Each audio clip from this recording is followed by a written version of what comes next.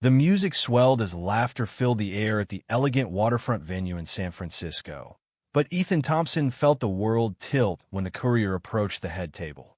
"Mr. Thompson, this package is for you," the man said, handing over a thick envelope that felt heavier than any wedding card should. Ethan smiled politely, assuming it was a last-minute gift from a distant relative. His new wife, Lisa, squeezed his hand, her white dress glowing under the string lights. The guests, including his parents from Texas who had flown in for the big day, raised their glasses in another toast. But as he tore open the seal and pulled out the contents, his blood ran cold. There was a receipt stamped paid in full for $92,000. Every expense of the wedding his parents claimed to have covered. And tucked behind it was a photograph. The image showed two young men on a beach in Cape Cod 3 years earlier. Marcus Reed had his arm wrapped around Ethan's waist, their foreheads touching in a moment of pure, unguarded affection. The kind of photo that told a story no one in this room was supposed to know. Ethan's hand trembled as he quickly folded it back into the envelope. Who had sent this? And why now, on the happiest day of his life? Or at least the day everyone expected him to call the happiest. His mind raced back to how it all began. College at UC Berkeley had been a whirlwind of discovery for Ethan. Coming from a strict, conservative family in Houston, he had always known he was different, but buried it deep. Then he met Marcus in a business ethics class during sophomore year. Marcus was confident, outgoing, the son of a single mother who had worked hard in New York before moving west. Their friendship turned into something more during late-night study sessions that became honest conversations about dreams and fears. For 3 years, they built a world together. Marcus was the first person who made Ethan feel seen for who he truly was. Their connection went beyond the physical. It was the way Marcus listened when Ethan talked about the pressure from his parents to succeed, to marry, to carry on the family name. They shared an apartment off campus, planned trips, and talked about a future where Ethan could finally come out. But the closer graduation loomed, the more the weight of reality pressed down. Ethan's parents had sacrificed everything for his education. His father, a former military man, often spoke about traditional values. When Ethan landed a prestigious finance job in San Francisco, the expectations grew. "Find a good girl and settle down," his mother would say during calls. The guilt ate at him. One night, after a family visit where his parents hinted strongly about grandchildren, Ethan made the hardest decision of his life. He told Marcus it was over. "This was just a phase," he lied, watching the light die in Marcus's eyes. "I need to live the life I'm supposed to." Marcus had begged him to reconsider, but Ethan walked away, throwing himself into dating Lisa, a colleague from work who came from a similar background. She was kind, ambitious, and understood the corporate world. Their relationship felt safe, expected. When he proposed after 18 months, everyone cheered. The wedding planning consumed the next year. Marcus had disappeared from his life, or so Ethan thought. Now, staring at the paid receipt, Ethan realized Marcus must have been behind it. As an entrepreneur who had built a successful app development company, he had the means. But why pay for the wedding of the man who had broken his heart? And why include the photo? Ethan's chest tightened with a mix of fear, regret, and something he couldn't name. Lisa leaned in, whispering if everything was okay. He forced a smile. Just a surprise from an old friend. But inside, the carefully constructed life he had built was cracking at the seams. The reception continued around him, but Ethan's mind was miles away, replaying every moment he had shared with Marcus. The laughter, the arguments, the quiet nights where they dreamed of a different world. He had convinced himself that sacrificing his truth was the noble thing to do for his family. Now, with the evidence in his hands, he wondered if he had only been running from himself all along. The night was young, but for Ethan, the real confrontation was just beginning. Marcus Reed stood alone on the balcony of his loft in the Mission District, the city lights of San Francisco stretching out like a promise he could no longer keep. 3 years after Ethan had walked away, the pain had dulled to a quiet ache, but the wedding invitation that arrived in the mail 2 months ago had ripped the wound open again. Not that he had been invited. The engraved card had come from a mutual college friend who assumed Marcus would want to know. Ethan was marrying Lisa, the woman who represented everything Marcus was not. At first, Marcus had laughed bitterly. He had thrown himself into his startup, building an app that connected small businesses with local investors, pouring every late night and early morning into something he could control. Success had come, along with money he never expected. When he heard through the grapevine that Ethan's parents were struggling to fund the dream wedding their son deserved, Marcus made a decision that surprised even him. He contacted the wedding planner anonymously, wired the funds in installments disguised as gifts from generous donors, and covered every last detail: the venue, the flowers, the caterers, the honeymoon suite. $92,000 that could have gone into expanding his company. Instead, it went to the man who had chosen safety over love. Why? His best friend had asked when Marcus confessed the plan over coffee one rainy afternoon. Marcus had no easy answer. Part of him wanted Ethan to have the life he thought he needed. Another part, darker and more honest, hoped the extravagance would remind Ethan of the future they had once planned together. The photo had been an afterthought, tucked into the final envelope with a stamped receipt. A single snapshot from Cape Cod, taken on a weekend when the world felt wide open. Marcus had mailed it the morning of the wedding, knowing it would arrive at the reception. He told himself it was closure, not revenge. But as he stared at the bay now, the weight of what he had done settled heavy in his chest. He remembered the night Ethan ended things. The apartment they shared had felt too small, the silence too loud. Ethan had cried, insisting it was for the best, that his family would never understand. Marcus had wanted to fight, to remind him that love was worth the risk, but he had let him go.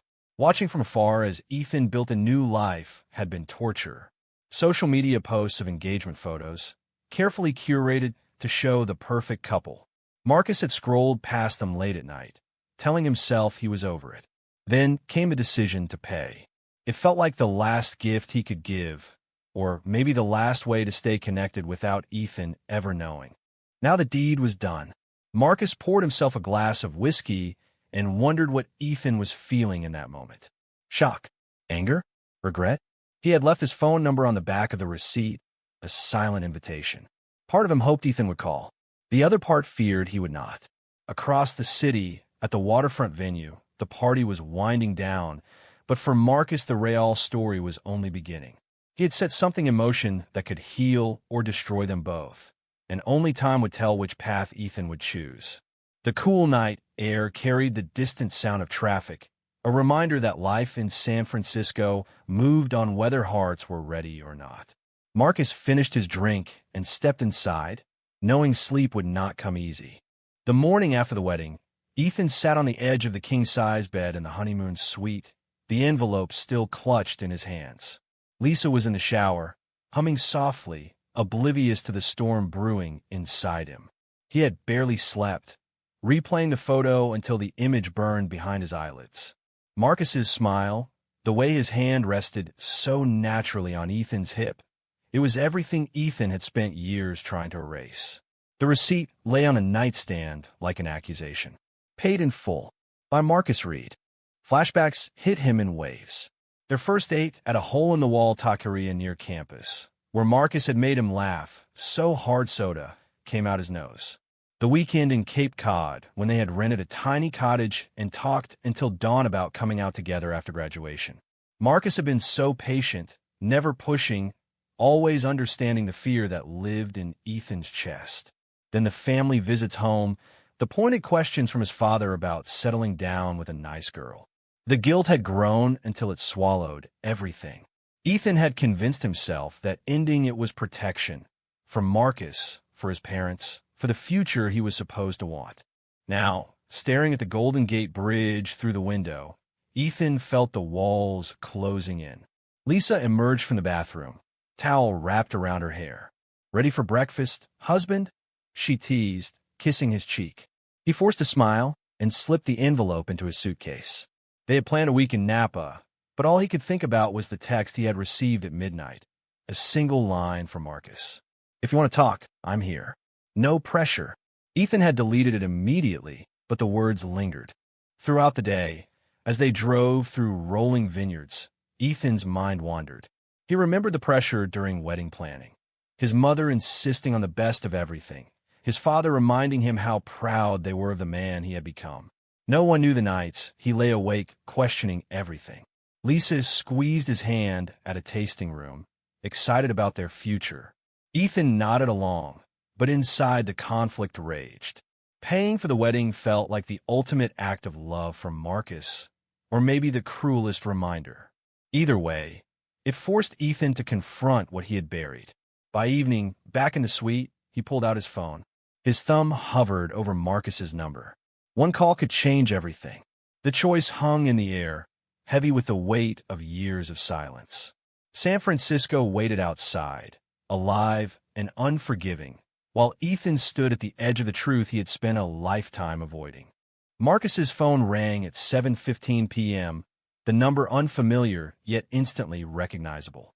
He answered on the second ring, heart pounding. "Ethan." The voice on the other end was strained. "What the hell were you thinking?" Ethan's words tumbled out, laced with anger and something deeper. They met at a quiet cafe in the Castro the next afternoon, the same neighborhood where they had shared their first kiss years ago.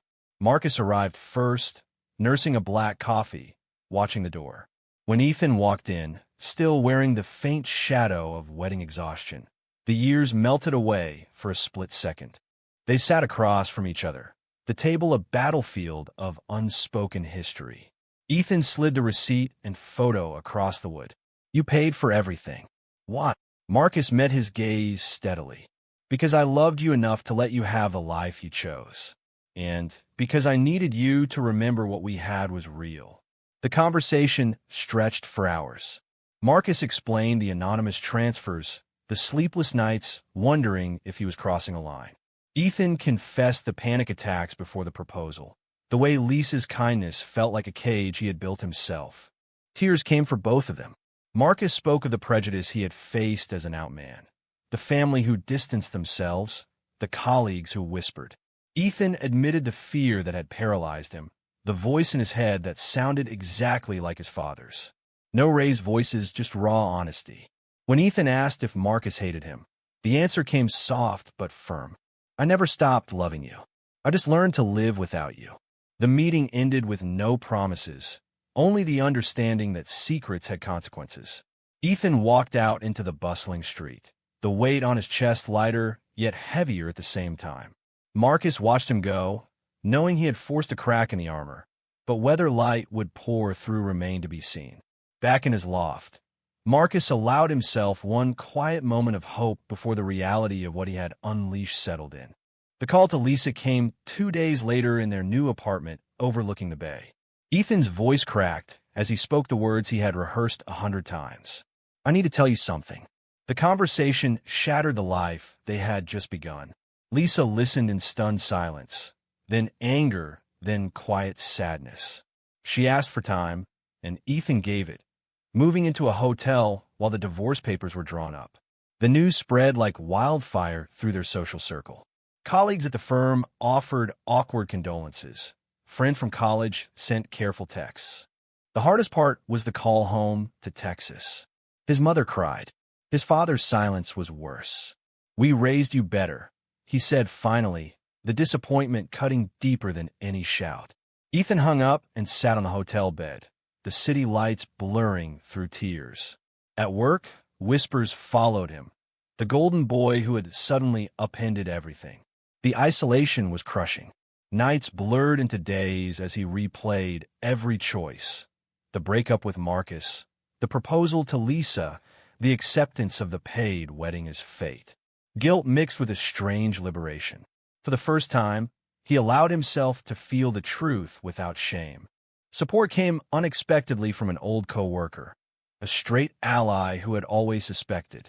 Coffee meetings turned into long walks where Ethan unpacked years of repression.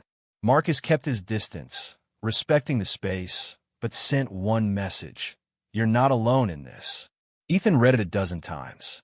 The crisis forced him to confront his identity, not as a secret, but as a part of who he was. Therapy sessions peeled back layers of family conditioning and societal judgment.